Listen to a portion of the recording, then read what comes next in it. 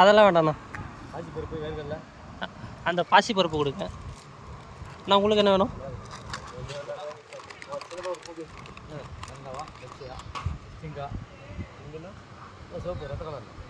ரத்த கலர்